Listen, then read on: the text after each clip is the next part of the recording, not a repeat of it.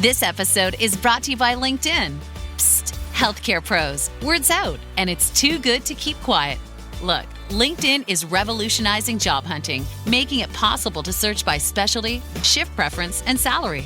Endless scrolling is out. Whether it's a mental health therapist or dental hygienist, finding the perfect role is faster and easier than ever. Head to linkedin.com/healthcare and start your search today.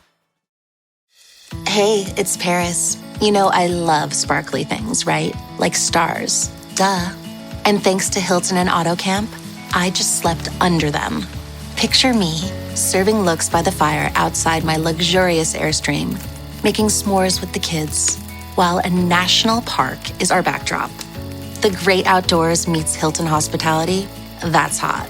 Explore all the new ways to stay at Hilton.com. Hilton for the stay.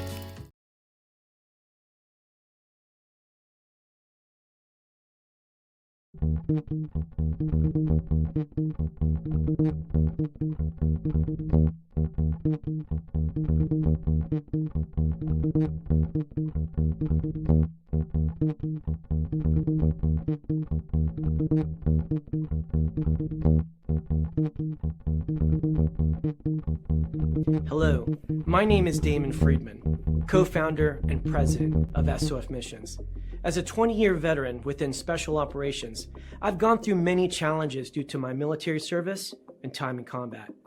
We felt called to start SOF Missions to serve our fellow brothers and sisters in arms, focusing on suicide prevention and resiliency. Our mission at SOF Missions is to empower warriors to find purpose and be resilient. Since 2011, when we started the organization, almost 3 million men and women have deployed to Iraq and Afghanistan. Unfortunately, the scars of war take a toll on their psychological, physical, social, and spiritual health. Many veterans feel a sense of hopelessness and a loss of purpose when they return to civilian life. They feel isolated and alone, unable to reconnect. And in the greatest of tragedies, over 20 veterans lose all hope and take their own lives. Our goal at SOF Missions is to provide veterans the tools and resources so that they don't become a statistic. We offer a unique approach to combating veteran suicide through a whole health intradisciplinary model. The Be Resilient program is a 4-pillar methodology that addresses the areas of psychological, physical, social, and spiritual wellness. We provide care through 3 delivery methods: medical clinics, retreats, and educational training. Since we started back in 2011, we have been able to reach veterans in all 50 states and have served over 3,000 veterans through the Be Resilient program. Being resilient is a multifaceted and complex issue. We know that to find a lasting solution, we have to address the whole warrior. Many challenges cannot be solved by providing the treatments and modalities of just one component, but by tackling them all. Now, we've expanded our services to include law enforcement and first responders. Together, we can make a lasting impact in the lives of warriors across the nation. To learn more, visit our website at sofmissions.org. All right. Welcome back. Misfit Nation. Misfit Nation. The Misfit Nation Show. We are a show founded by a veteran and hosted by 2 veterans and a military spouse. Our mission is to get people to tell their stories to the world. If you're an author, share your tips with the Misfit Nation. If you're a musician or an actor, our audience needs to know how they too can get into the business. Coaches, we love our coaches. Come on and share your tips with the Misfit Nation to help them become better versions of themselves.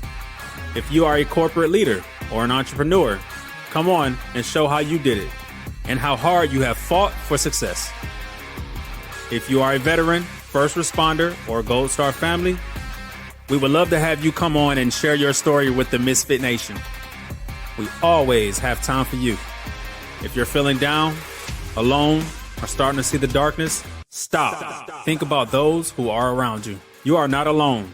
You will be missed. If you feel like your problems will be a burden to those in your inner circle or feel embarrassed, dial 988. If you are a veteran, take option 1. We need you to keep pushing forward. Don't make a permanent solution to a temporary problem. If you are a new listener, welcome to the MisFitNation Show. Be sure to subscribe to our show on your favorite podcast app. Also on our YouTube channel at @_MisFitNation. Subscribe and click the bell to keep you up to date on our latest episodes and all of our news. You can also find us on Heroes Media Group and About Face Radio. Now, let's get to the show!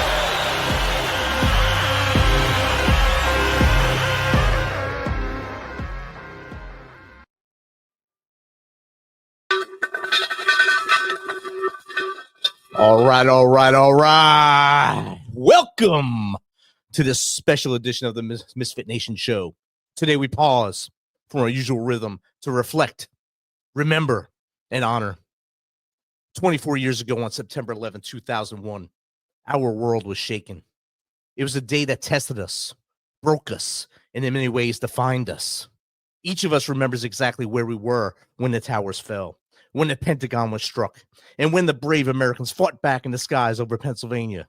We remember the fear, the unity, and resolve that followed. As veterans, as fathers, as Americans, we carry those memories with us. They've shaped who we are, how we lead, how we serve. Tonight, we share our personal reflections of that day, the lessons learned, and where our nation has journeyed since. But I pause. We also come together with heavy hearts for another reason. Just yesterday, our nation was shaken again, this time by the assassination of Charlie Kirk. Regardless of where you stood with him politically, his voice, his passion, and his impact were undeniable. His absence will be felt deeply across this country. Tonight, we remember, we reflect, and we honor not just the lives lost on 9/11, but also the legacy of a man who dedicated his life to shaping America's future. This is about resilience. This is about unity. And this is about carrying forward the torch of freedom. Welcome to the MisFitNation Show. Ladies and gentlemen, the Tuesday crew on Thursday. Here tonight. Good evening, folks. Howdy. Thanks for jumping on with me tonight, boys, and volunteering. Not even being voluntold. You volunteered to do this. I like that. Yeah, well, we'll go with kind of had a knife to my neck when you asked. Do you want to do this? Well, glad to be here. Glad to be here and glad you asked. So, Steve, since you're the closest to the World Trade Center when it happened, we'll start with you and your reflections on where you were that day, how it shaped you, and what it meant to you that day. Well, we'll start with where it shaped me. We grew up in Jersey City, and when you walked out the front porch of our house and you looked up the block, you could see the top of the World Trade Center. We saw it every day. When I was in high school, I wasn't the A student. I was the student that walked out every once in a while. And when I did, I went to the World Trade Center and I went to the top and I checked out the view. I spent a lot of time in that building. The 9/11, when it happened, I was actually sitting. I was not sitting. I was doing laundry in the laundromat. My wife's grandmother had passed and we were getting ready to go to her wake down in South Jersey. And the TV was on. And they showed the one tower burning. And I picked up the phone and I'm dialing, and it took a while to get through. She finally answered. I'm like, "Hun, I think we're going to war." And as I said that, the second building was hit. And it was just like the scariest time. I could walk out of the laundromat and see the smoke in the air. And, they closed the highways and they closed this. And I had to get in the car and drive down the parkway to Central Jersey with nobody on the road, no tolls being paid. All the booths were open. And I was driving down to go to a wake that day, watching New York burn. Wow. It took me, no lie, I think it was 11 or 12 years just to be able to visit the site and look at the fountain. And when I did that, I had like a panic attack because I was so used to going there and seeing these two huge buildings and walking around and doing things. It took me, like I said, 11 years to go there because I couldn't even go close to where it was for the longest time. Wow. Yeah. Jake, where were you that day? That was a Tuesday. I was the operations sergeant at the 717th EOD on Fort Campbell. We had left for the field at about 08 Monday morning. Got up on Tuesday. Supply sergeant had breakfast for us. We ate breakfast, and I went out into the middle of Training Area 20 and was setting up a chemical response incident for the unit. And I'm out there. Of course, I didn't have a cell phone, didn't have a pager, none of that. And we're sitting out there. I'm getting set up. Team had just arrived on site, asking me some questions about, what I found in the woods and stuff, doing their interview with me and everything. And I heard the radio squawk up, and the commander didn't use my call sign or anything. He just, hey, Jake, get that team together and get back to the CP now. And I'm like, dang, what the world has happened? So we get back, and by the time I got back to the CP and everything, the second tower had been hit. But he had one of the pagers that he could get news on since he was the commander, and he told us about it. So we struck camp, loaded everything up, and I don't know what time it was. It must have been time. It was probably about the time that people were coming back onto post after PT, and Fort Campbell was locked down. We couldn't get through any of the gates. It took us like 3.5, 4 hours to get back through gate 10. And once we got back on post, we turned TV on in the unit, saw what was happening, and battalion called up, told us to go into 24-hour operations just in case anything went on. So we spent the next week there at the shop. And so that's kind of how my day went that day. And what's weird is me and my brothers and sisters, when we used to watch TV all the time, it became like a quiz. You'd see a TV show or something, and we would identify cities by their skyline. And New York still screws me up because they're not there. That was the defining skyline of New York. You saw that, you knew it was New York City, and now you don't. That landmark is not there, and it makes it kind of weird. It sure and, does. and that's one of the things that still bothers me, because they only put one tower back up. They should have put 2. They should have put 3 just to prove, go higher just to prove this is what we are. We're going to rebuild. We're going to keep going. Yes. Yeah. And also I'm going to add, I had a cousin, he worked for the Navy, who was at the Pentagon when this all went down. So it was about a day before we heard from him, but he was okay. Everything was cool. So he was good to go. And Richard, where were you that day? Well, as you know, I was stationed at Fort Riley, Kansas at that time, 2001. And you had just come to visit us, and we went on a canoe trip with you, with my platoon. Went down the river there in Fort Riley. And we then deployed to Kuwait to be the operation, the Southern Watch thing that we do. You rotate over there. This was my platoon then. We were hanging out there on a BMP. That was a couple days before 9/11. We're in Kuwait, just basically being peacekeepers, being a deterrence. 9/11, we went out. We were on a little maneuvers close to the Iraqi border. And we get the call, ThreatCon Delta, come back to the Cabal. We're like, what the hell does that mean? What's going on? So we turn, we beat feet back. We come in the gate, and people, they're actually checking us. We come in, and our lieutenant tells us the World Trade Center has been hit by airplanes. So my immediate response, knowing that that's what we could see outside of our house, stop playing, sir. Stop messing around. That's not a good joke. Because he was a jokester. It's not a good joke, sir. Then I sent Sergeant Philip Leisure. I said, hey, go to the CNN tent and check out what's on there before I get in trouble. So he went, and he's seen on the news there that what was happening. I think by that time, the first tower was falling. He came in and told me, hey, it's for real. And we went on the switch. We went from peacekeeping to now we're the furthest deployed soldiers.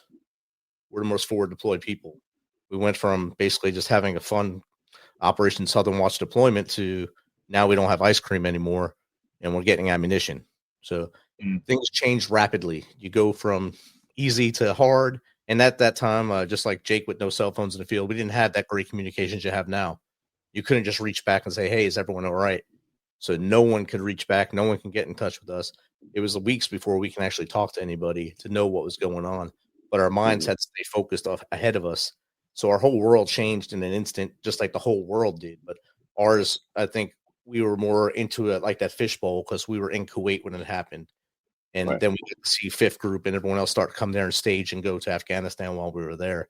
So it was a major mindset switch for us as we went through that portion of our deployment to realize that our whole world had just changed without us even being home. And it was a big change. Like within an hour, Fort Campbell's locked down. There's Humvees with 50 cals spaced out all around the perimeter. Little birds are flying. And I think somebody asked me, how many little birds do they have up flying? My answer, all of them.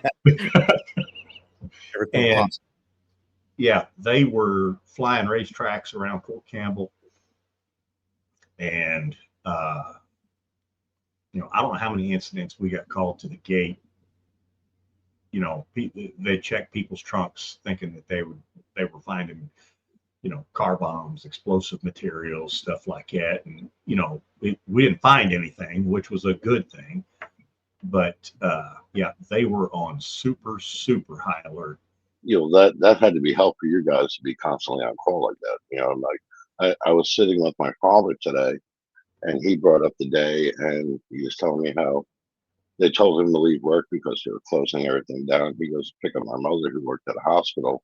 She was a nursing aide at the time. And they were at the doors with stretchers standing there waiting for victims that never came.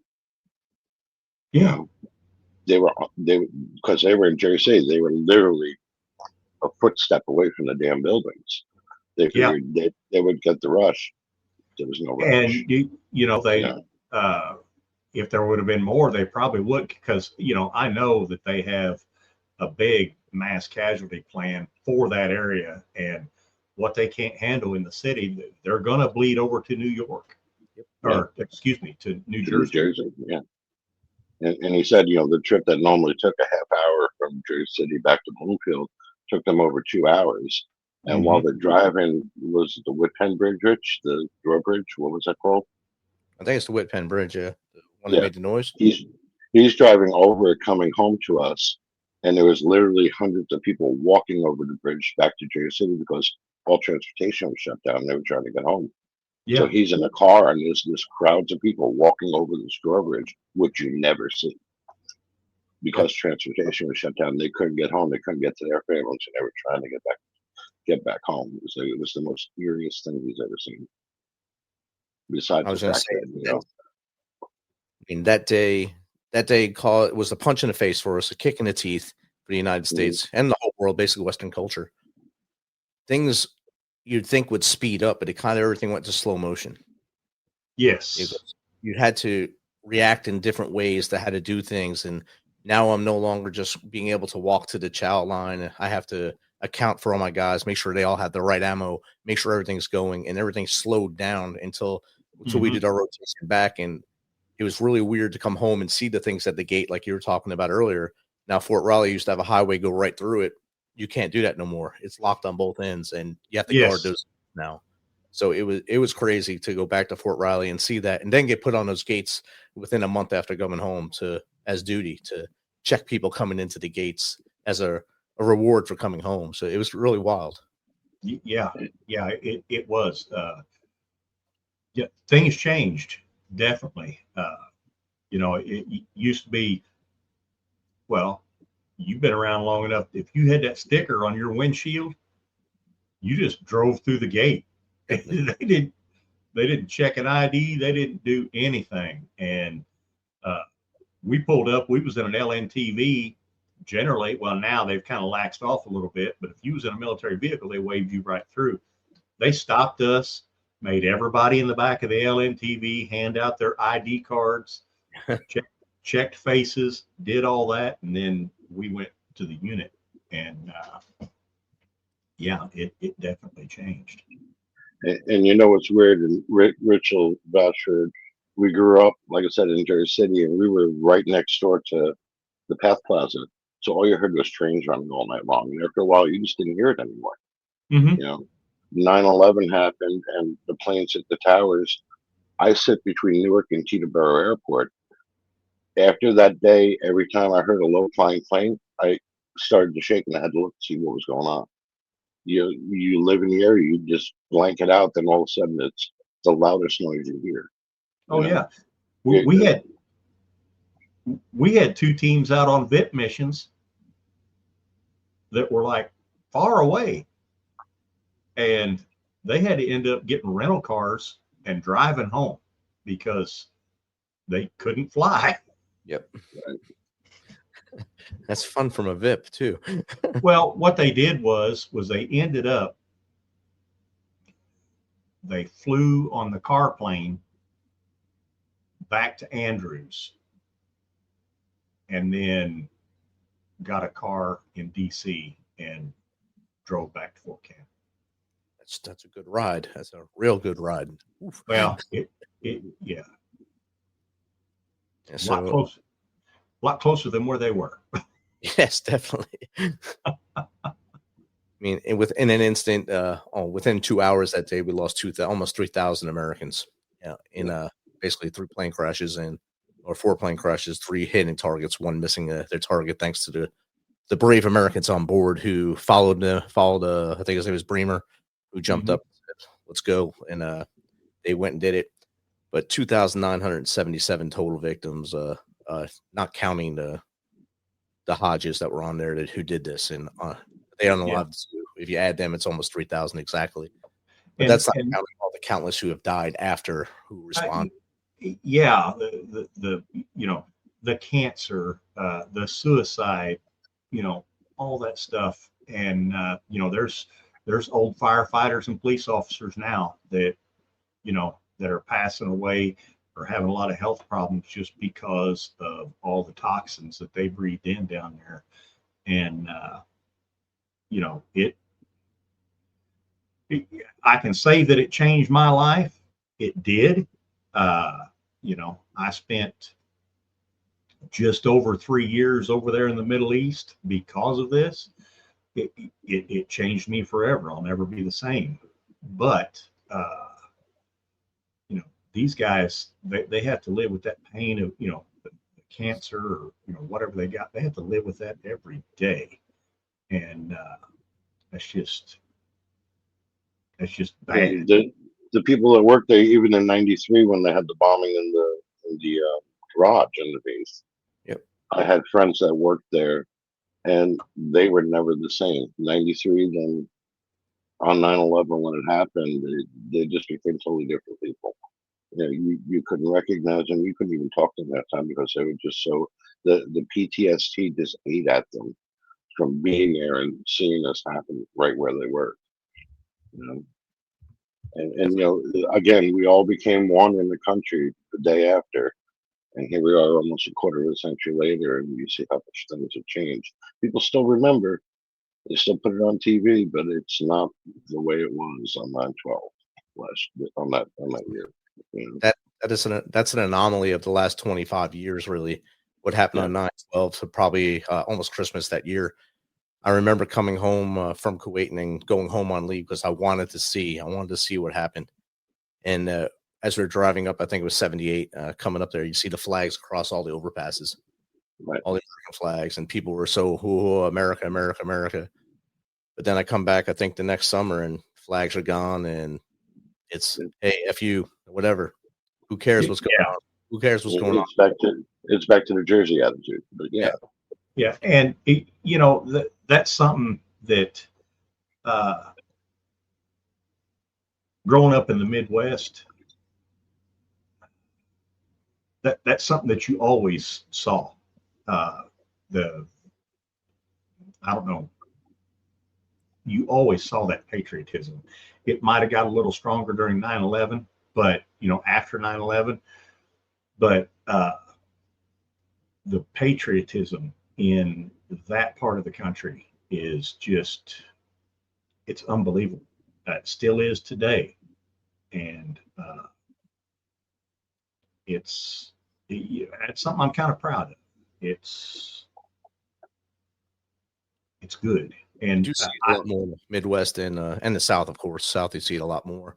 But even in the South now, you can attest to this, that there's a divide down here too now. Oh yeah. They're less about America. They're just here for whatever, or everything's bad to them. So this is a horrible place. But like the man we're going to talk about next said many times, this is a country where people can hate it all they want, but they don't want to leave. No, I tell you what, I have seen what every continent on this planet has to offer, except for Antarctica, which that's just too cold. I'm not a fan of hanging out with penguins. They do have them. Yes, they do. Funny story, a friend of mine, his dad was in Vietnam. He was a Navy CB, and he gets back after his first tour to Vietnam, and they give him a choice. They said, "Hey, got 2 duty stations for you." He says, "You want to go back to Vietnam or you want to go to Antarctica?" And he goes, "I don't know." He said, "Do penguins carry AK-47s?" And they said, "No." And he goes, "I'm going to Antarctica." Much better option. But and I'd say another thing about 9/11 that got me was we was already committed on Fort Campbell to another deployment, and we had done some stuff for the division. I took my platoon to the division commander's office. He was going to shake our hand and give us a coin and everything. They were casing the division colors that day, and General Petraeus was like, he looked at me and he said, "Sergeant First Class Holland," he said, "I'll see you on the ground in Iraq." And I'm like, "Sir, no, you won't." I said, "You'll have an EOD team, but it won't be us." And if you've never seen a 2-star flip his lid, he flipped his lid. But it all come together, and we got there when we needed to be there. But it's definitely a change. I know everything changed for us. Decon platoon, we were a dirty decon dozen. We were always undermanned. All of a sudden, when we got back, we got influxed with people. So all of a sudden, you have everyone you need. Now you were going to have a mission. Yeah, now you have a real world mission. But then I got moved to another unit to go to the brigade headquarters. So it didn't matter. I was on the bench now as other units are going. And I'm like, come on, now I'm on the bench.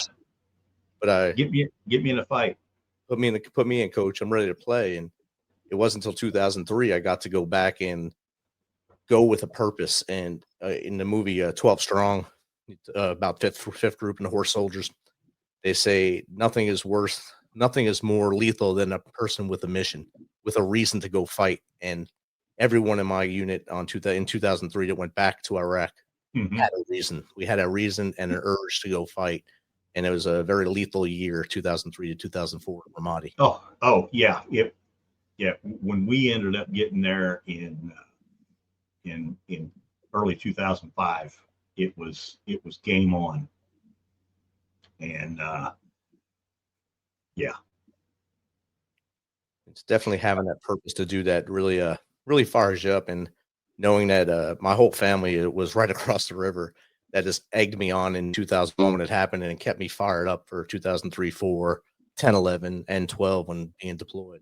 So every time I kept that in the back of my head, you try to kill my family, I'm going to kill you. So. Exactly. Y'all tried to do this in my house. I ain't going to put up with it. I'm bringing it to your door. They didn't try. They did it in our house. Yeah, they did. Hey, Rich, you see we got a question popped up in there. You mentioned the person that asked that. I think we answered it already. So Ella Uru Where were each of you on 9/11? We already answered that part. How did that day personally change your perspective on life and service? So I don't think we hit on life really, but service, I think we kind of hit. Steve, you can hit the life part and the service part for that question. Service, Like service or living with purpose. living with purpose, maybe, but we stockpile things, we brought things, we sent things over to help with the first responders and everything after it happened, because for the longest time they were digging and looking to see if they could find remains. As for I'm sorry, my perspective on life, like I said, my problem, don't know if it's mental or not. Like I said, I grew up across the street from trains and I blocked it out. I live between two airports. I don't hear the planes. After 9/11, I hear every damn plane flying over my house. And every time I hear a plane, I gotta look to see if it's really low, if it's just taking off, and why it's so loud. Because my first thought is, oh shit, it's gonna happen again.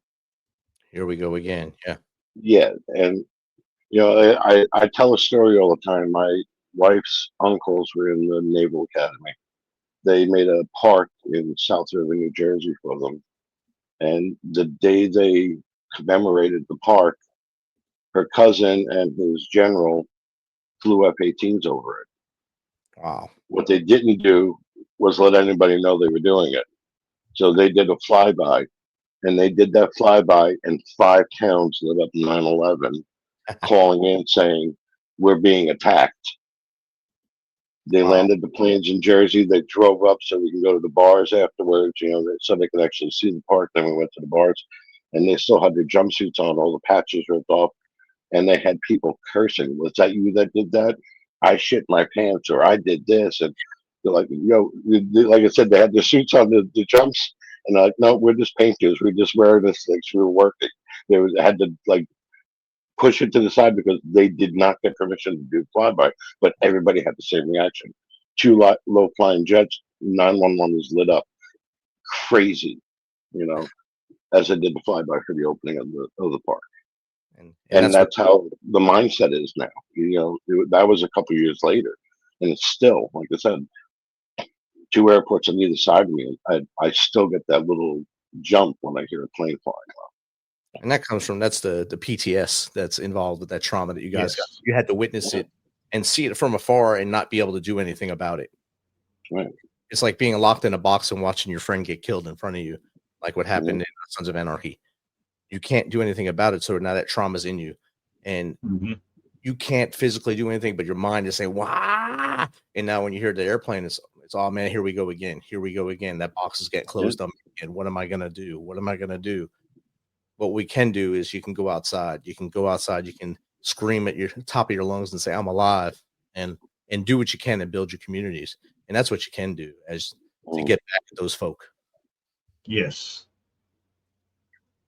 And for me, I mean, the sounds that Jake could tell you, when we hear things fly over our office, we usually try to figure out how many there are. So by rotor sound, we know what they are, which one it is.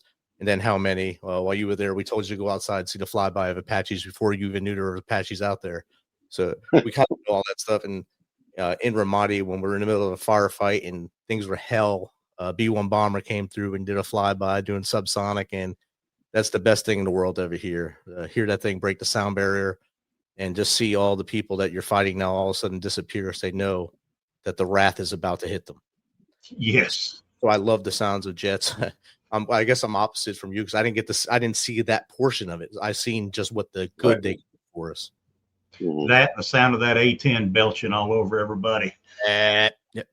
Found this one freedom. You can't even pay for that anymore. So no. And for me, for service, I believe since I've gotten out, I've really flipped the switch on service, and I live as a servant leader kind of now, and I do my best to do things in the community as much as possible, help others. Today, Jay can tell you, I mentored about 30-something youth in Bradenton, Florida, over a Zoom call on leadership. And that fulfilled my day. And hopefully I did something for them, and maybe they'll become the leaders that we need in our country tomorrow. Yes, and I'm with you, Rich. Doing things in the community, and just I like to find little groups that need help. There's a few of them that I support, and mostly ministry groups, but and I think that the country needs to get back to, because I don't know, needs to get back to helping one another. We don't do that like we should. I think I think the biggest problem with that is all your electronics. People don't talk to each other; they talk at each other. When we're not having conversations anymore, we're sending memes, we're sending texts. The person can be sitting across the room from you, and you're sending them a text, and you're giggling like a schoolgirl. You're not getting up and you're not talking to people no more. Am I wrong? You're not wrong, but we do it from usually the bathroom to the office. Yeah, that's what this world has become. It's actually, me and Rich do talk, because a lot of times it's like, what is your brother sending us now? Is he on his way to the hospital? And then when we don't get any for a while, we're like, what happened? Stephen must be doing an oil change. Did he get pulled over for texting and driving? Having too much of a meme? What happened? We got another question here from Jim was live 45. Do you think America is more united or divided now compared to the days following September 11th? I think this is an easy softball question. Steve, hits you. I think we're more divided now than we were back then. Jake? Definitely. I definitely think we're more divided. And will you allow me to pontificate? I'll give you the screen. All right. When you don't have somebody to fight, you'll fight each other. And there's two people, or not two people, there's two parties in the United States right now that are vying for power. And there's a big shift going on in the United States right now. If you control people's food, you control their medicine, you control their housing, you control them and their money, you control them. And, there's a lot of people that want people to be self-sufficient, that want to go out there, get educated on their own, educate themselves on things that they can do to help themselves, make their money, educate themselves on health, eat healthy, do all this. And when you do that, this other group loses power. And so I think that they're always throwing things in there to try to divide us. And because if the people of this country band together, we're unstoppable, and they know that. And they try to keep us apart and try to divide us. And I will believe that until they put me under the dirt. Thank you.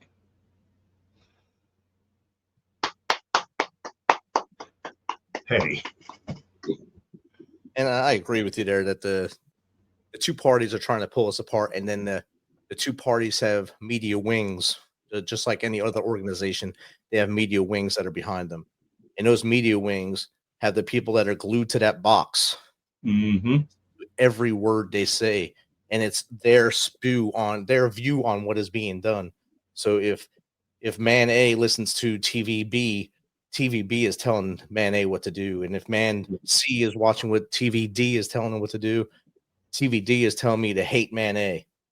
So I don't like you no more because you don't have the same opinion as me. So I can't even talk to you anymore. I'm going to go to my coffee shop. You go to yours. You go to your bar. I go to mine. I can't be with you no more. So it's a wild world we live in with that situation. And then, of course, the advent of social media and the internet, the interwebs. You can be internet famous in 13 seconds. As fast as you can type, you can be internet famous. And that people follow what people say on the internet, and it's gospel because it's on the internet. It has to be. So it's real. That's fine. It's real. It's in your face all day long. So you can't get away from it. So it has to be real. And what they say is true. no matter what you look up in a book or anywhere, if you're live at the situation and they're putting something totally different, what they put is right. What you say is wrong. I've got a person right now. I have finally got them, and I'm not going to mention this person by name, but she loves Tito's, that will actually send me stuff and say, hey, is this true or is it bullshit? And, I'll let her know. I have a person named the Torch that always asks me those questions, and I try to bring them back to the middle somehow, and let him understand that it's not what he's seeing in the daily news or what he's seeing on whatever channel he watches all day long, and besides the cooking channel and whatever channel the soap operas are on, General Hospital, whatever channel General Hospital is on. That's what he does. ABC, yeah. So whatever he watches, that's what's feeding the mind, and you got to let your mind explore and see other things. Read, go out and actually talk to somebody. Look them in the face and smile. Make their day. Right, but you even sent that video yesterday showing the newscast about the shooting yesterday, saying, "Oh, maybe it was one of his supporters waving their gun and they accidentally went off." What the hell kind of shit was that? How do you say that live on the internet or on TV? Maybe it was one of his supporters waving the gun. Really? And accidentally shoots him in the neck. Yeah, that's an interesting take on that. And people believe it. And this is why I don't talk politics and I don't watch TV. I'd rather send memes all day. My life is a lot simpler this way. Well, you're good at it. At the memes, yeah. You're definitely a T+ at meme sending. Those listening, T is trained, and he's a trained plus at T+. T+. Me and Jake are on the practice level. He's at the trained level. No kidding. We have a lot of go. I'm at there's something wrong with him level right now. I mean, some things are down and there's syndromes about it, but I don't know. Crazy. Oh my goodness! Talk about the divide. I think that leads us right into what happened yesterday. It does. It takes us right into that. It takes us right into the things that's happened the last couple days. Yes.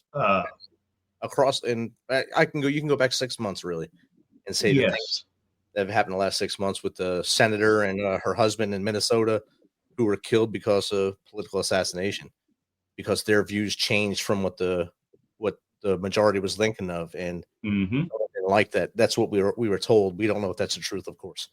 And then come forward, you see the young lady on the bus get killed, and no one does anything. And then yesterday, Charlie Kirk, in the middle of answering a question, gets unalived, live in front of 3,000 kids and supporters and such. And the reactions are what killed me on the internet. Both sides' reactions are insane. If we can just come to the middle and say a dude lost his life, what are we going to do next to make it better? And that's what we do. No, I don't want to sound ignorant, but until I heard his name yesterday, I still don't know who he was or what he did. I just heard somebody was shot.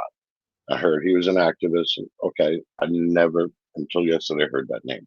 He was When I saw the video of them interviewing students, I was like, holy shit, this guy's on the stage talking about gun violence and talking about gang violence, and he gets killed. I'm like, that's just friggin' amazing. How the hell, did that happen? And I don't care right, left, up, or down, because like I said, I'm not going to talk to you. I'll sit here and listen to you go on about that. But it's just the fact that the person was murdered while he was talking, discussing exactly what he got murdered. He's talking to kids. Yes. And the fact that nobody's talking about, wasn't there a school shooting yesterday also? Yes, there was. And nobody's talking about that at all. I think just outside of Denver, I'm not sure the suburb or city, but the shooter, I think, shot 2 classmates and then shot themselves in the parking lot or something. I think the shooter is not with us anymore. But the thing is, first of all, doing it, and they say that he was spewing hate and division. The man welcomed debate. And I've been saying this for years. Because of your social justice, okay, not your social justice warriors, but your keyboard warriors, we have lost the ability to sit down face to face, talk like grown-ups, and have a debate. I mean, we can do this without screaming at one another. Rich, we do it at work. And it's you have to. I don't have to like your opinion, but I got to respect it. I have to respect you giving it.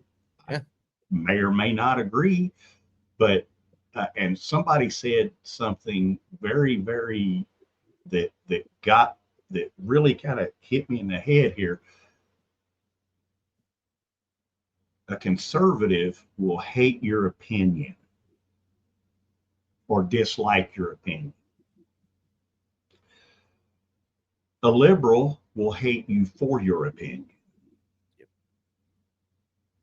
And I think truly that, there was a lot of people out there that hated him for his opinion. And we got to get rid of this hate.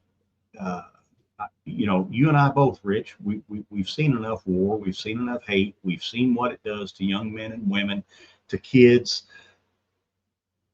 If we don't stop that, we're going to end up like that here. It's going to be 1861 all over again in this country, and it's not going to be fun. And hopefully, to God, it does not come to that. But we need to get on the same page. We need to, I'm not talking about, running around hugging everybody and everything, but, let's have some mutual respect for one another, have a dialogue, and say, yeah.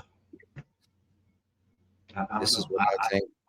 How do we make both of our thoughts come together to make a successful community? Oh, that's that big word, compromise. Yes. When I was in Afghanistan the last time, I was having an issue with another senior NCO, and Sergeant Major came in and said, "Why don't you two just sit down and have a Coke?" I said, "I don't want to sit down and have a Coke. It's too hot, and I don't want to drink Coca-Cola." He said, "I'm just not literally telling you to drink Coke. Just sit down with him and drink and have a conversation." And that's what we did. We sat, we talked, and we both wanted the same things, but different angles of approach. And in the end, we compromised, like you just said, and we both got some of the things we wanted, and we defended our cop, and we both brought our whole teams home because we were able to sit down, talk it out, and have that Coke. I wanted to drink like a non-alcoholic beer or something with him, but at the time we said Coke, so that would help us out.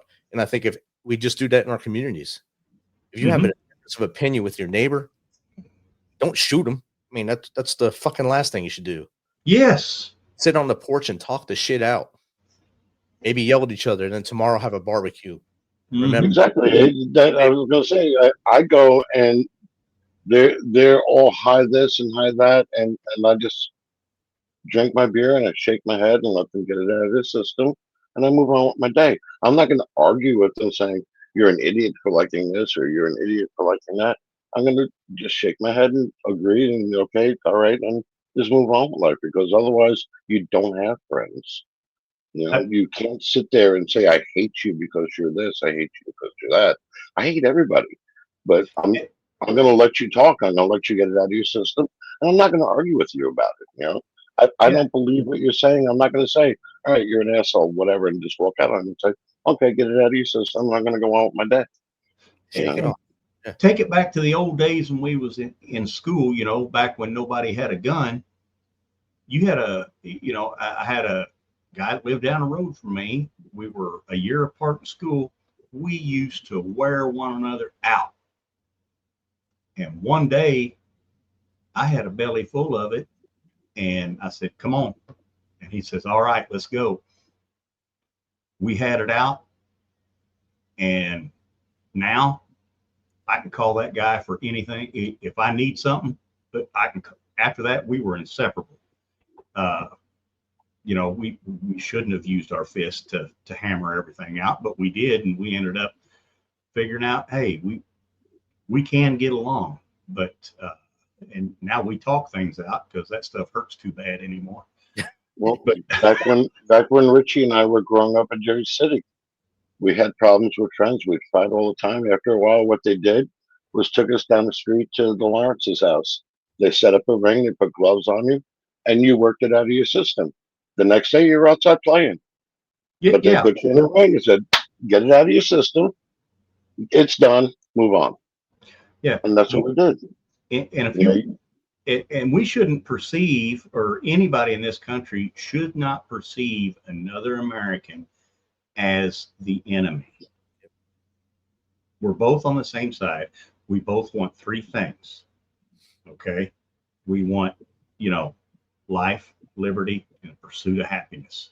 That's what we want. Once we figure out, hey, we both want the same things, let's figure out how we can both get this. And start small, start in your communities, hold a block party, invite that neighbor that nobody likes. Yes. And, let's have some peace in this country. And if you just think about Maslow's hierarchy of needs, that psychology kind of thing for you guys. And you like me when I speak big words and such, but you have physiological needs, you have safety needs, love and belonging, self-esteem, and self-actualization. The first three are the ones everyone wants. Everyone wants physiological needs, which is air, water, food, shelter, sleep, etc. Personal security, employment, financial, keep you friendship and intimacy. Let's work on those things. Let's work about that stuff. Make sure you have those basic human needs. And then you want to fight somebody, there's plenty of jiu-jitsu gyms around everywhere now.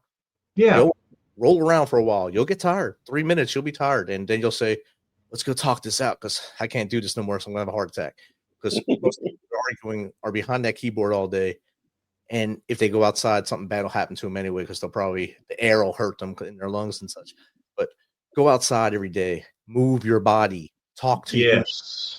Put down the phone for 10 minutes a day, if that's what it takes. Take an ice plunge every day. Yeah, it's not fun at first. It's not really that much fun during it, but you get used to it and your body feels a lot better and it wakes you up pretty dang quick. I suggest you all do that every morning. And, I've started making it a habit now.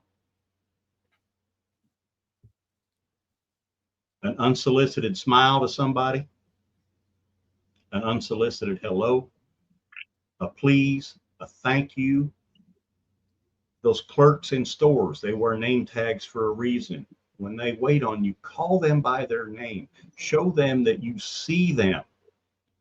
And little things like that go miles and miles. And doing that, you'll notice that some of them forget that that's their name. And you say, thank you, Jimmy. Hey, how'd you know my name? How'd you know my name? Oh, crap. Yes. And by you, it's tattooed on their forehead, though, because they forget their name. and you've just broken the ice and started an interaction with a person. And you may have just made that person's day. On here, that could be that catalyst that gets them out of it. Not like some people we know, this bar sucks. You need to get some taller stools in here and this beer's half warm. Yeah, that guy. Yes. And sometimes smile and wave and send memes to each other.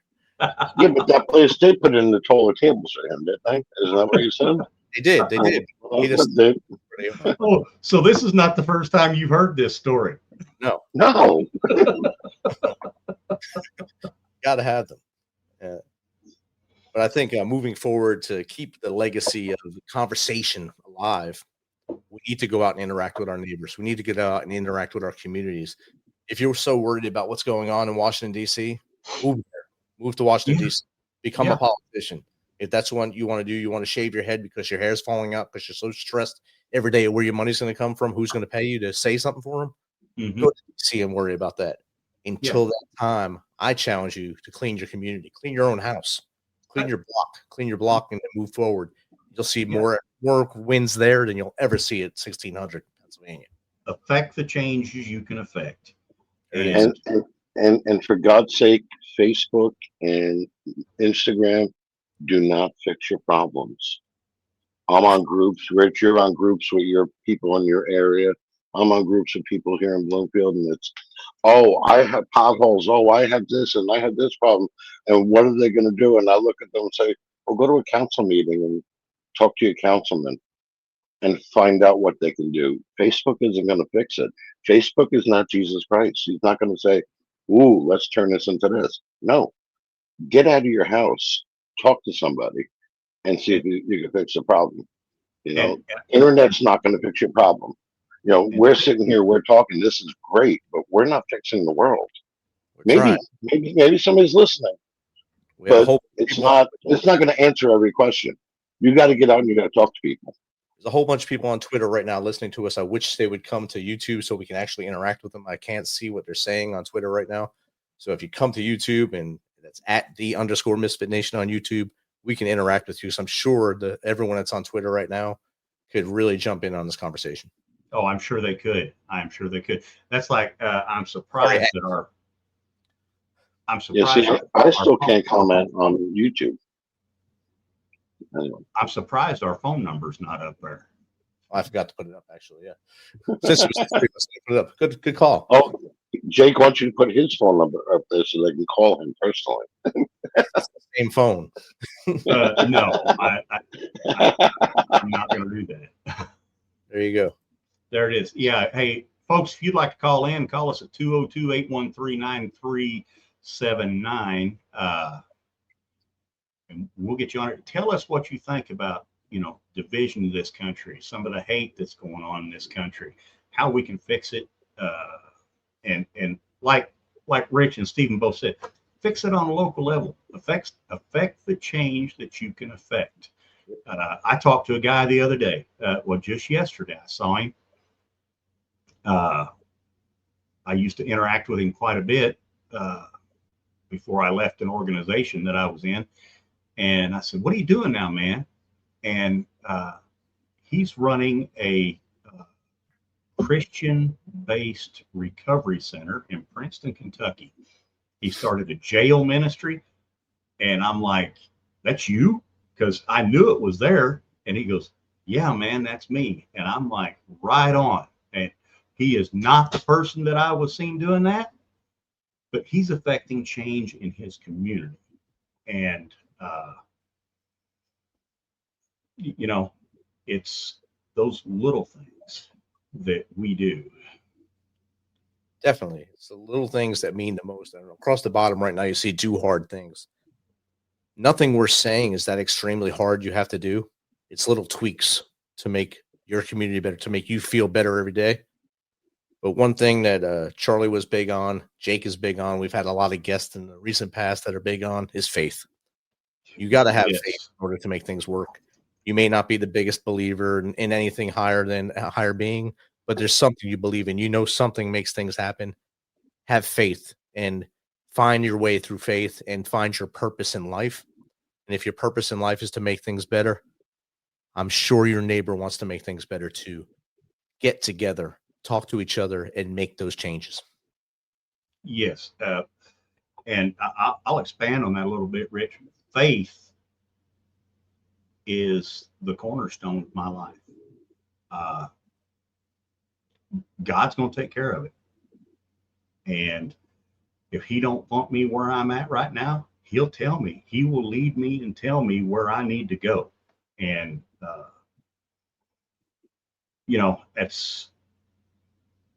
that's like your epiphany that you had a few months ago. Yep. More than a few months now. Look at that. Almost 8. Congratulations. And you know what? Just to support you, I basically did the same thing.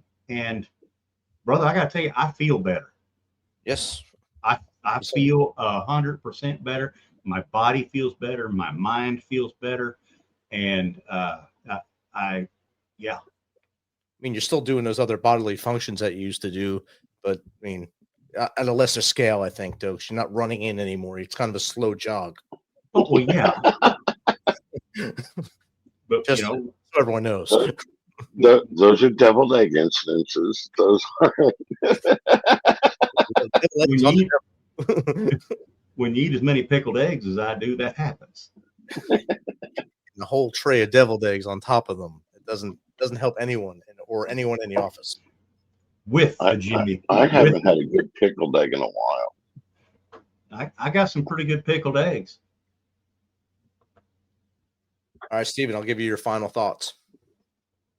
I don't have any final thoughts. You have to. I think that it's amazing that we just sat here for 59 minutes and just had general conversation, the three of us together. And I enjoyed the fact that we could do that and have people listen to us do that. Yes. We're not screaming, we're not crying. We are just talking like men, having conversation, giving our thoughts and feelings. And I enjoy that. Men. Oh. Well, I've been trying to get the George Michael's "You Gotta Have Faith" out of my head for 5 minutes. I was just going to start again. So it's one or the other. And Jake, get your final thoughts.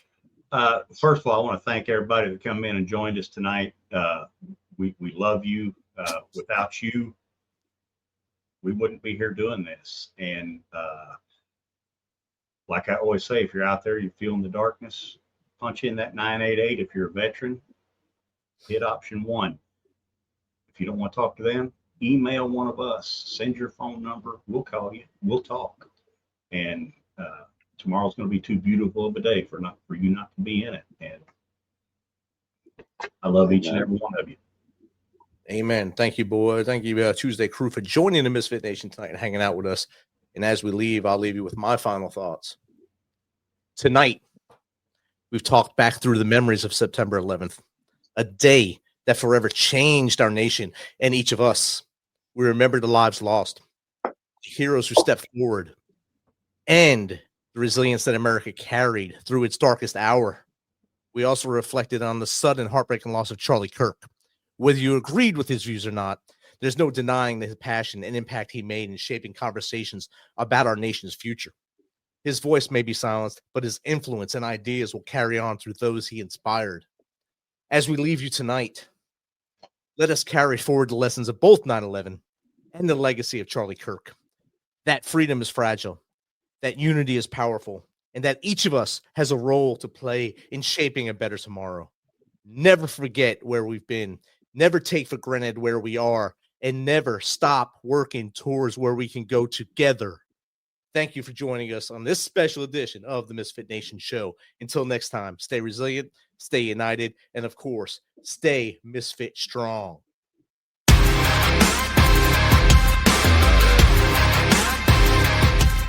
Thanks for checking us out and being a part of the Misfit Nation Show. Don't forget to visit our website at themisfitnation.com. That's themisfitnation.com. Check out all our past episodes and get some of the great Misfit Nation gear for you and your family. As always, be humble, stay hungry, and keep hustling, because we are Misfit Nation. Misfit Nation. Are you a futures trader ready to level up your brokerage experience? EdgeClear is built for traders by traders, offering competitive fees, 5-star rated support, cutting-edge tools with transparent pricing, powerful platforms, and a forward-thinking approach. EdgeClear gives you the edge you've been looking for. Stop settling, start trading smarter. Visit edgeclear.com/Spotify and see why active traders are making the switch. Disclaimer: derivatives trading is not suitable for all investors. Did you know we can use climate data to predict when and where infectious disease outbreaks will happen?